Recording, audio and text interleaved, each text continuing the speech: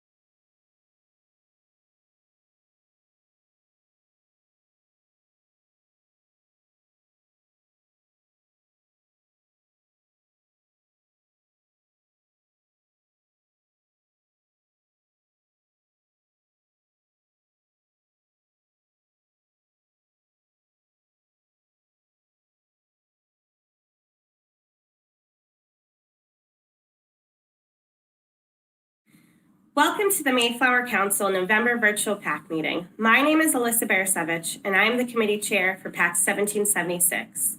I have attended a lot of fun PAC meetings, and I hope you enjoy tonight's.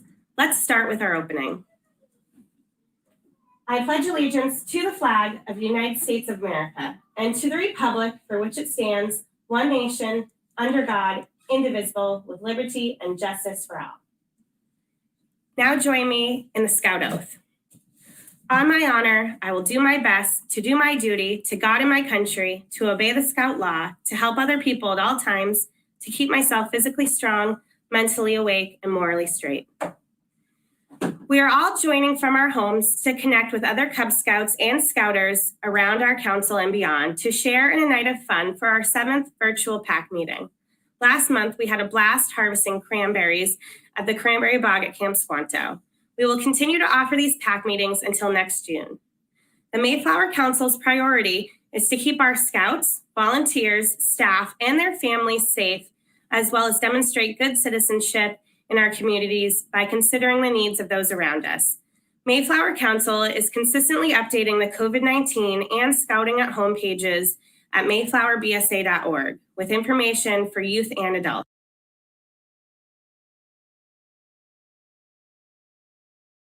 bit.ly/MFC masks.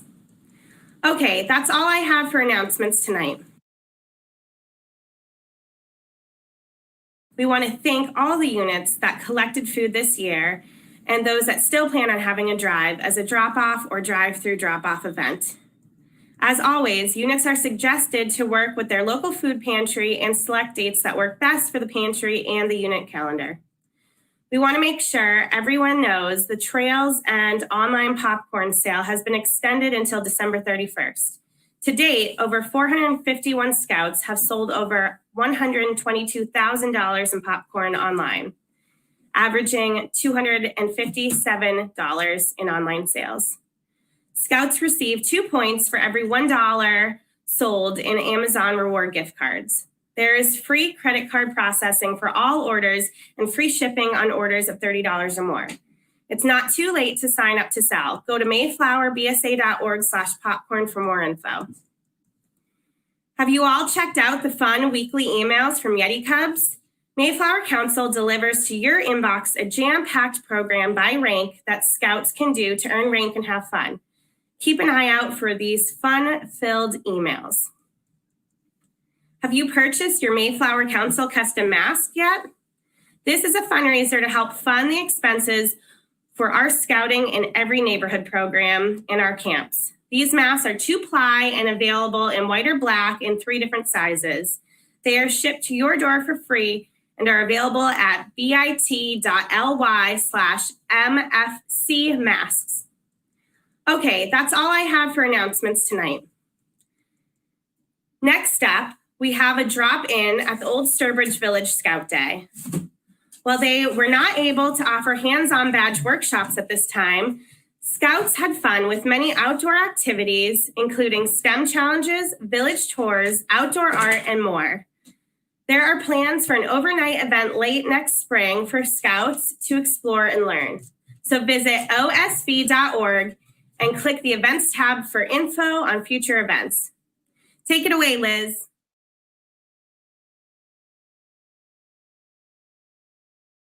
Hi, I'm Liz O'Grady. I'm the coordinator of museum education here at Old Sturbridge Village, and we're coming to you from our November Scout Day. It's a beautiful day, probably the most beautiful Scout Day I've ever seen. And today our event is a little different than usual. We have a lot of outdoor activities that we're doing with things like scouring wool, outdoor art, fire starting. So you'll see some snippets of those activities throughout this video today. On a normal Scout Day, we do a lot of hands-on activities that will help you work towards a badge. So we have woodworking, cooking over a fire, artsy craftsy activities, as well as other things that happen in the village with some of our costumed historians. So we always offer 2 Scout Days per year. There's one in April and then one in November, like this beautiful day today.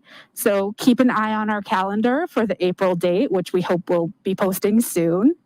And then we also will most likely have, we'll have some kind of outdoor camping event here in the village in the springtime to keep a lookout for. Scouts would camp outside near the blacksmith shop, out in one of our beautiful fields, and partake in some outdoor activities that they get to experience in the dark here at the village, which is not something that most people get to do. In the past, we've done things like lantern lit tours, stargazing, blacksmithing activities, obstacle courses, working with clay, woodworking, so all sorts of fun things that you can try out and choose throughout the night. In the future, we hopefully will be offering some virtual workshops as well. And we also have our normal overnight program, which is called A Night at the Museum, which hopefully will be starting up soon. So those are all things to keep a lookout for on our website. Talked about stargazing, so there's probably not a lot of light pollution, so there must be some beautiful stars to look at when you're camping here. Yeah, on a clear night when you're camping here in the village, you can see a lot of stars from one of the fields near the blacksmith shop, so it's a really great location to check out what's in the sky at night. And you probably get Scouts from all over. I mean, we're close to Connecticut, we're in the middle of Western Mass.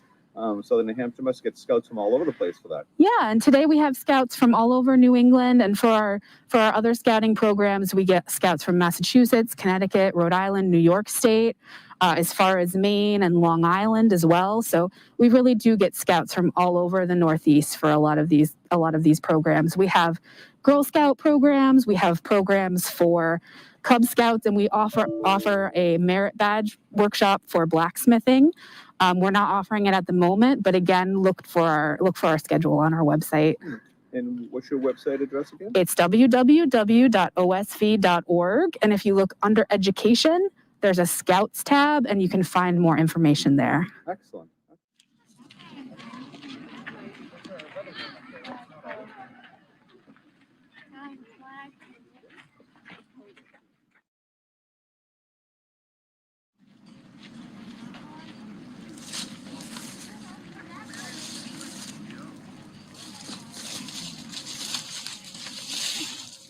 This is Old Sturbridge Village's oldest house from 1725, the Fenno House from Canton, Massachusetts. We show it as a household being run by women, showing the wool process from beginning to end. Shearing the sheep, we actually show it being spun into yarn, woven on a loom into fabric, and sometimes dyed into wonderful colors. Once I dyed my wool, after it was clean, it looked like this. Do you see a problem with this? What's the problem? It's all knotted. Yes, it's all knotted. It's very tangled. I couldn't really do anything with it. It also has some darker and lighter shades in it, which at the time was not something that people wanted. They wanted it to be all the same color. So we take pieces of the wool and catch it on the wire bristled brushes. And then, I already cast them on this side. And then we just brush it out. Just like brushing your hair that's tangled, or a cat or a dog. And then switch the brushes so all the pieces of the fiber get detangled. It also moves all the fiber in the same direction. And that's what I need for the next step. So once I take it off, it looks like this. It's called a roll. And then I can use it on my spinning wheel. So it's all ready. So my friend's cleaning it. Then we card it. We could dye it first. And then we use it on the spinning wheel to turn it into yarn. Just pull those off with my fingers so it's all about the same thickness. Usually we put 2, 3, or 4 of these pieces together to make a thicker yarn. And it lasts longer, it's warmer. And then I test it, and if it curls up, then I know it's been twisted enough. And then I pull it out again.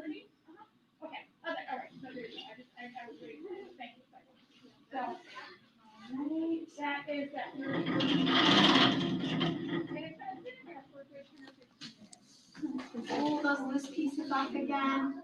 So this wool has already been cleaned. It's also been dyed. You could do it as white wool and then dye it after it's already in yarn form. It's also been carded.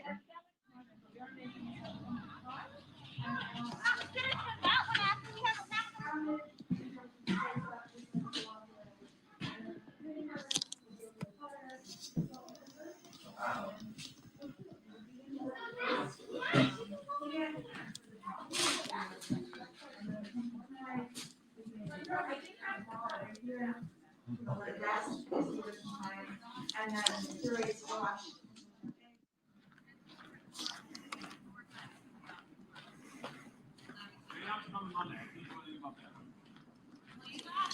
I have been trying for a little over 2 weeks. I could not get him to do anything other than this horse. Can I make a suggestion, sir? Yes, sir. The other end of the horse is more photogenic. Is it? Is that from your years of experience? Okay. So what are your horses' names? These two are Jesse and Jim, and the other two are Hank and Barney. Oh, beautiful horses. Thank you. Are they having a good day today? Good as any, I guess. Excellent. Oh, you shaking your head no? You're not having a good day? All right.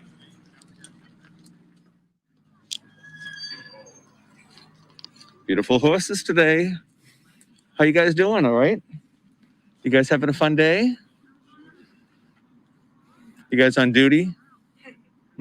These two are all business. Oh, beautiful day, huh? Barney pulling the wagon for you today. These guys are both Percherons. They weigh just about 2,000 pounds apiece. Wow. So we're going to make our next stop at the blacksmith. From there, we return back to here. Just going to ask that you please remain seated and in the wagon while it's moving. We'll start on the way.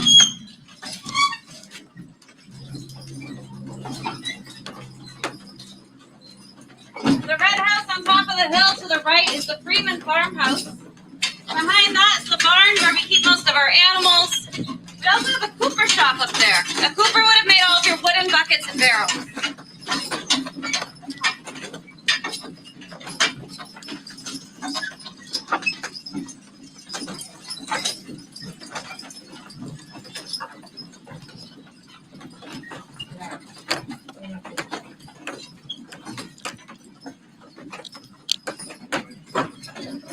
That stone building is the blacksmith shop. It was originally built in 1810. It was moved here from Bolton, Massachusetts in the mid-50s after our original wooden shop had burnt down. When they moved that building here, they labeled every single stone over 300 pieces. They even went as far as to reuse the original grouting. It was just a limestone base, so they reground it, reused it. We do have ongoing demonstrations in there throughout the entire day today. Top of the hill is the Freeman Farm. Up ahead is the pathway we're going to follow, which brings you by the water-powered mills. And of course, we have modern restrooms to the left, so you don't have to use the outhouses. So if you'd like, you can hop off here, as you can always join us or the other carry-all here. Next stop will be at the tavern. Okay. Here, why don't we go in the back so they can put their solar up? Thank you for joining us.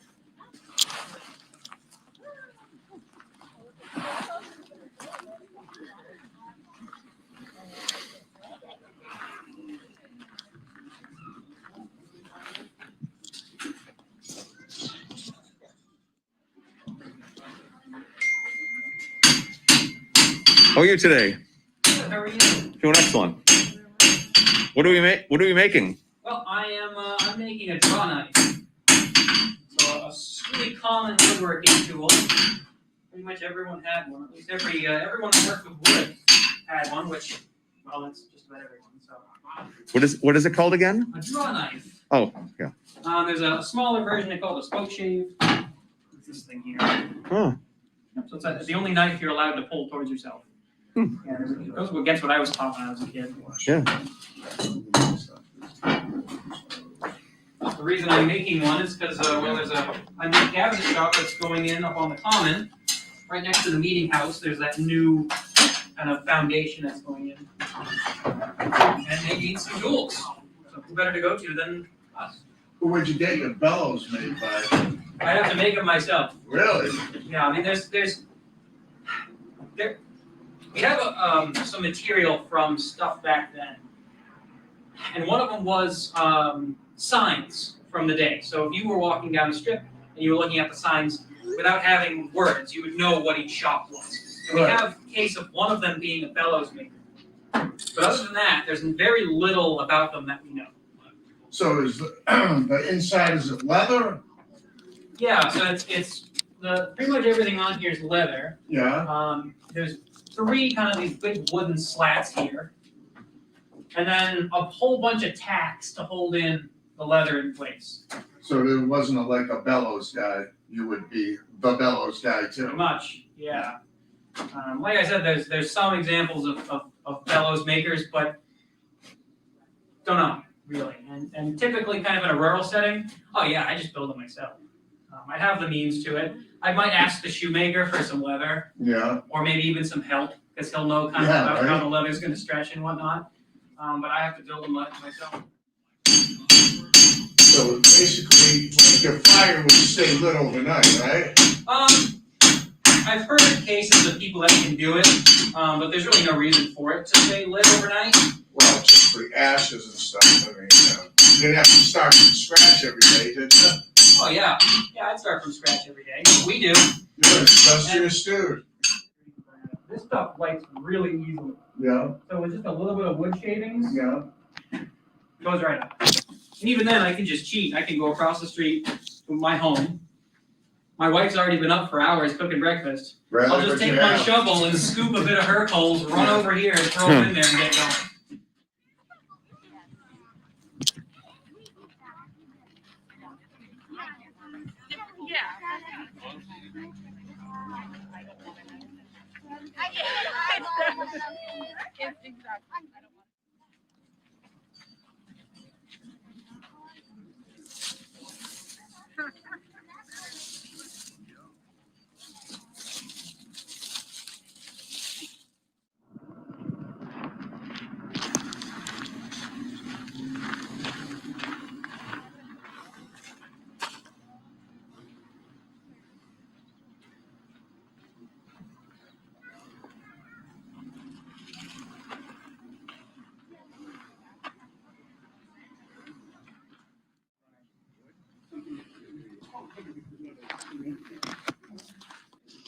So let's see. Coopers were best known down through history for making barrels. But a rural cooper like what I represent here would make more things like this. Buckets and piggins, wash tubs like this one here, butter churns, cheese wheels, all done with the same technology more or less. Individual wooden staves like these, okay, that are shaped and then pieced together. You can see how that gives you the curve. Yeah. And then that, if that joint is done well, it will be watertight. So when I say done well, it has to be straight, it has to be the correct angle in order to give you all the proper, I'm watching the cows, sorry. Sometimes they come into the building. In order to give you a good watertight seal, okay? And that's kind of the key for everything we do. That joint right there on the side is what is the most important thing. Everything in coopering is held together with hoops. And whenever we start to make anything, we start with the hoop itself. I'll make my own hoops out of steel, which we would get on a roll like this.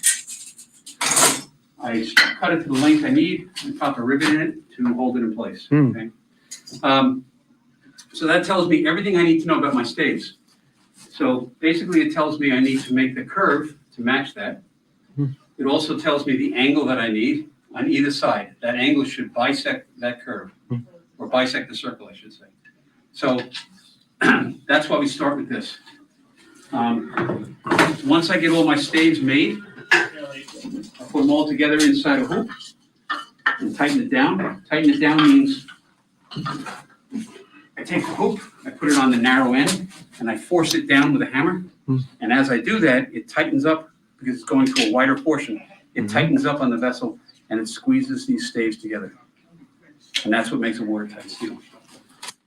When you make the different pieces of wood, you have to organize them so that you know exactly which ones go next to each other? No, so we make them all with, because it's all related to the curve, that bevel is related to the curve. As I said, it has to bisect the circle. If I have a very wide stave, I have a very dramatic angle. If I have a very narrow stave, it's almost 90 degrees. So I can take any one of them and just interplay all until I seal it. Once I pound that hoop down tightly onto the vessel and make this thing seal up by compressing the wood fibers together like this, if I were to take it apart and then move them all around, it wouldn't seal up correctly. Right. Because the wood fibers have already been collapsed. They're all kind of more or less interacted and married in these joints. So if I take it apart and put it together in a different way, it probably will not seal. So that's why if you take anything apart in coopering, typically what they would do is they would number each stave. So that when you go to put it back together again, you can put it back in the same way. Right. But when we're making it, when it's all fresh wood, we don't have to worry about that. Oh.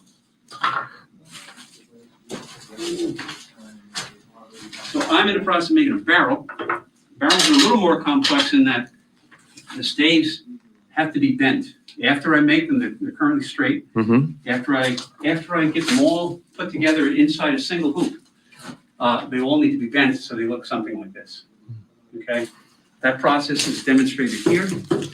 We fire the barrel, meaning we light a fire in the center of the barrel, heat the wood up, and then force the bend by putting heavy hoops on the outside and forcing them down with a hammer. And that forces the staves to bend in so that they all will bend in like this. Hi there, how are you? Thumbs up. Hey, what breed of cattle are those, you know? You'd have to ask the farmer. I'm afraid I don't know.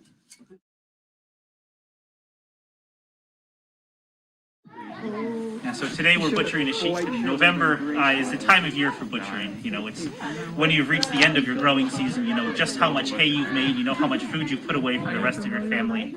Your harvest is done, so now you've got to make decisions about which animals you're going to keep and feed through the winter and which animals are going to feed your family or you're going to have to sell. And also you've got a little window of time where it's cool and the bugs have been killed off, you know, and the world is kind of like you're walking cooler. But it's still a little ways until the snow and ice comes that allows me to get into the woods and do my logging. So kind of November, December is the time of year you do your butchering. And that's what we're doing today. Sheep, something you might do sort of more frequently, but on a smaller scale. It's an animal that, because of its small size and the very lean meat, it doesn't preserve as well as something like pork or beef will, so it's something that you're going to use up right away. Later in the season, when we do get to butchering our pork, you do everything all at once, and then it all gets packed into bins of brine. And then eventually, when it's salted well enough, it goes into your smokehouse where it'll get the final step in preservation, and that ham and bacon can, last for many years if you treat it right. And so winter's actually, people think it's a time that everybody was hungry, but you've actually just, done your harvest and your cider making and your butchering. So it's the one time a year where your larders and, root cellar are full and you've got fresh meat, for one of the few times a year. So you've got more food than you know what to do with. That's great. All right. Well, thank you very much. Great talking to you today. Have a good day. Okay. No, don't want it. Behind the ears. The head's upside down.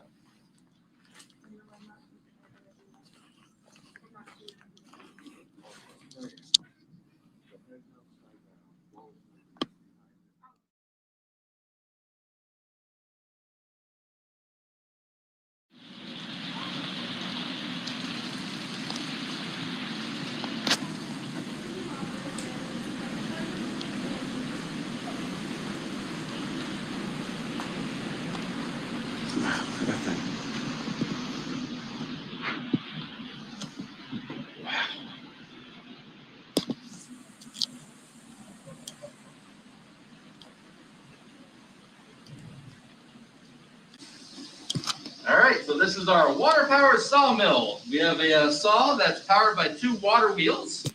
The wheels are down below. They make that saw go up and down.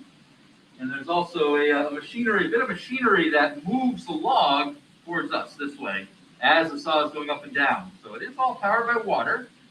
And people back then would have been bringing their logs here to have them cut into lumber, boards or beams. Any kind of lumber you wanted, you would bring your log to the nearest mill.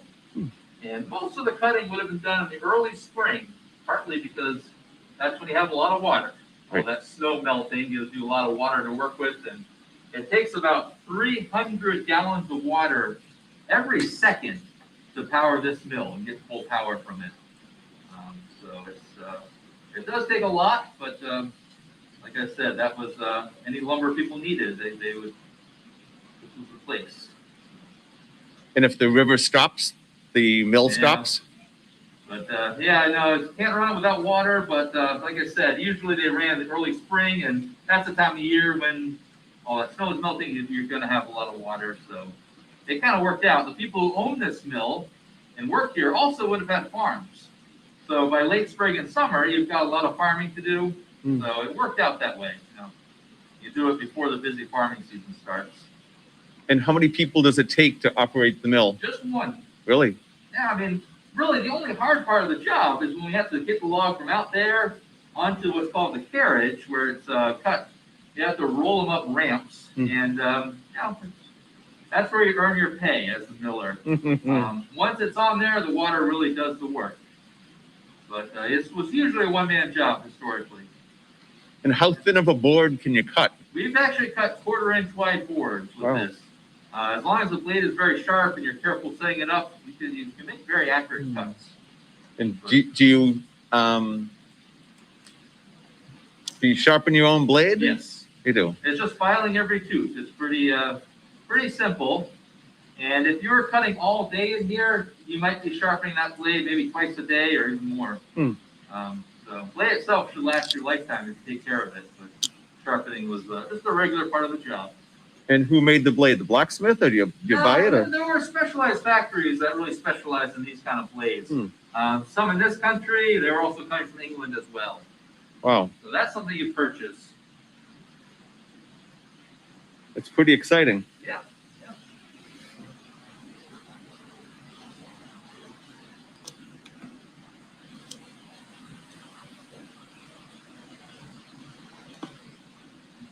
Well, thank you very much, sir. You're very welcome. It originally comes from Candia, New Hampshire, was built in 1810. Schoolhouses like this were very common. They were often called district schools. So a district was a neighborhood the school would be in. children would walk to these district schools. They were supported by taxes, and most of New England had free education available to children living in these rural towns. So here we are inside of the district schoolhouse. If you look around the school, you'll notice it's might have some might look very different than a modern day school, without any maps, any whiteboards or blackboards. Very different than having separate tables or desks. Welcome to the pottery. This pottery shop here was built over 200 years ago by a farmer named Hervey Brooks, who did pottery on the side. I'm standing in front of a reproduction of his kiln. It's a large kiln, but it's just a small business. He could put 1,000 pots in there at a time, and he did that so he could get all his pottery fired in one firing and then get back to his farming. All the pots were made on a pottery wheel inside a shed. We'll go inside and take a look at the pottery shop. So this is the pottery shop inside, and we have shelves for the pots, and we have tools for the potter, and the main tool right here is a pottery wheel. This is where most of the work was done in this shop. You can make pots by hand, but if you have a pottery wheel, you can make them much faster.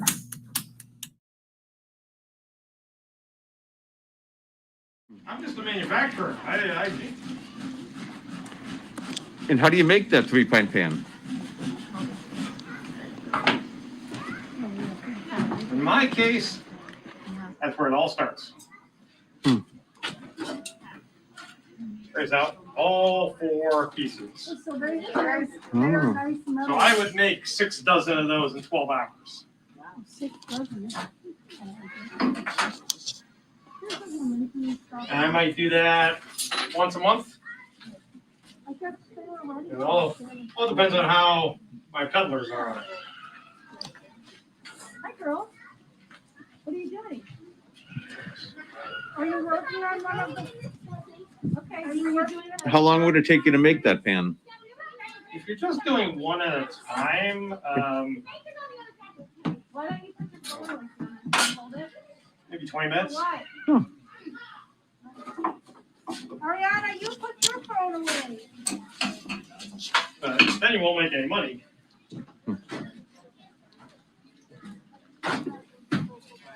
And where do you get your materials from? All the tin is coming out of Great Britain. Fiona, come here. So I would have somebody go to Boston or go to the store. He would relay the message to Boston, and they would buy it from a merchant. Mm-hmm.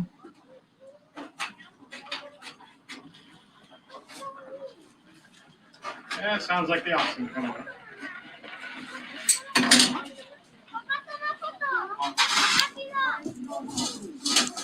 And can you make a decent living as a tinsmith? As a tinner, yes. Tinner, yeah. Look at it as a plumber, electrician today.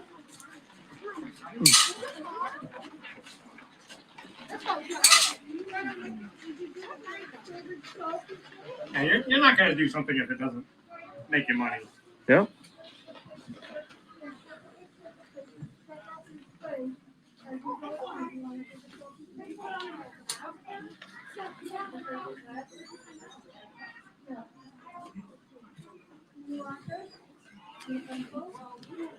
The lamp holders are really pretty. How long do they take to make? A long time?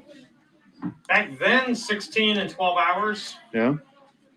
Today it takes us about, we're doing one at a time, so it takes us about 2 or 3 hours. Yeah. Those are pretty.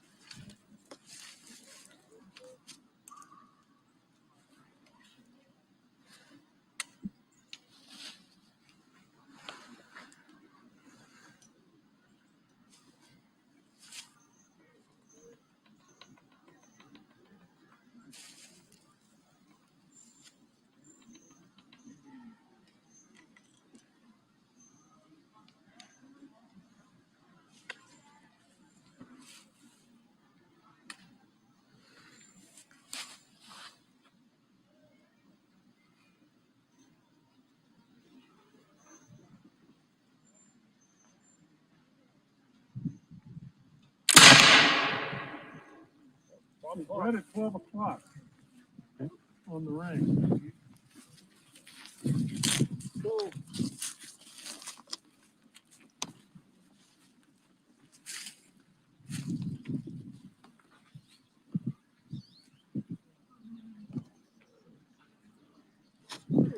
So hold your guns. They're both reproductions. Are they? So this one's a reproduction of a model 1816,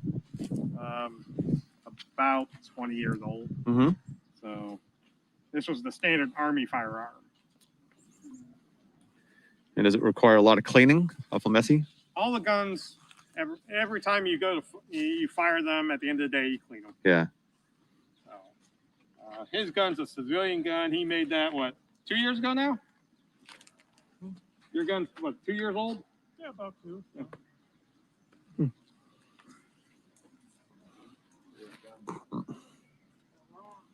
Yeah.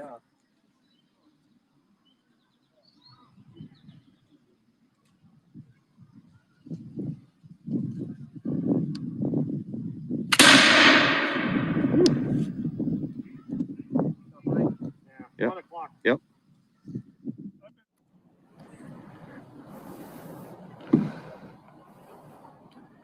So we're talking to folks that are Cub Scouts right now at a PAC meeting and Mayflower Council.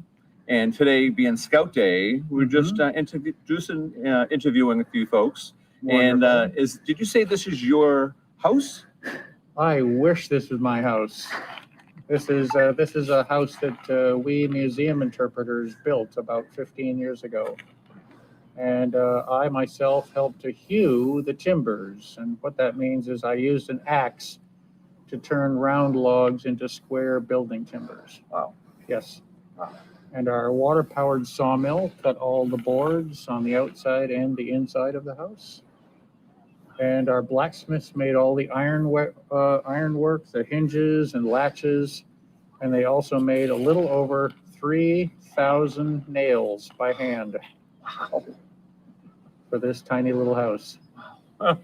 The house measures 20 feet by 21 feet, has an attic and a cellar, and it would have been the size of about a quarter of the homes in Worcester County in our time period. It has a wood-burning stove or a fireplace? Does it have a Well, it heating doesn't have a source? stove, sir. No, you can't do much cooking on the top of a stove. Okay. It has a fireplace. It has a fireplace, okay. And a bake oven. A bake oven. A bake oven. But you actually build a fire in the bake oven to heat up the brick. And then you have to sweep out the burning embers when you get it up to temperature. And do you know how you tell the temperature of the bake oven? I'm no good at this, but the ladies are very experienced at telling the temperature. What they do is they roll their sleeve up and they stick their hand into the bake oven until they can't stand the pain anymore. And as they're doing that, they're counting the seconds.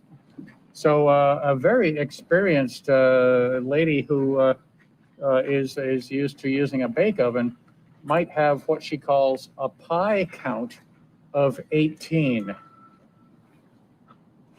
Because she your can pies are stick her going to go hand in. in and count to 18? Yes. And what would that temperature be? It's upwards of 400 degrees. Wow. Wow. Well, your modern day oven goes up to 500. Yeah. Pies go in first. That's why it's called the pie count. Really? Yes. They bake at a very high temperature for a short amount of time. Huh. And your bread and other things would go in. Yeah, I saw apple orchards here. There are apple trees, so you must be picking apples for your apple pies here. Oh, apple picking is done by now. Yep. If you haven't done that, you're late. So apple pie is a great way to enjoy apples, but my favorite by far is cider. Cider, the all-American drink in our time period. Besides good, cheap New England rum. Well, thank you very much for letting us talk to you today. Oh, you're very welcome. Hopefully we'll be bringing many more Scouts by to visit during the day or an overnight, and it would be a great fun time. It would be, yes. Yeah. Well, it's been a pleasure having all of your company in the village today. Thank you. Have a great day. Thank you. Well, thank you very much for giving us the tour today. We had a beautiful day. We ran into a bunch of different Scout units from I know I ran into scout units from Plymouth and Cohasset, which was great. And we got to talk to other scout units from Connecticut, Western Mass, New Hampshire. It seems like everyone really had a great time today. Wonderful. Well, we hope to see you soon. Excellent. Thank you very much. Have a great day. Thank you. You too.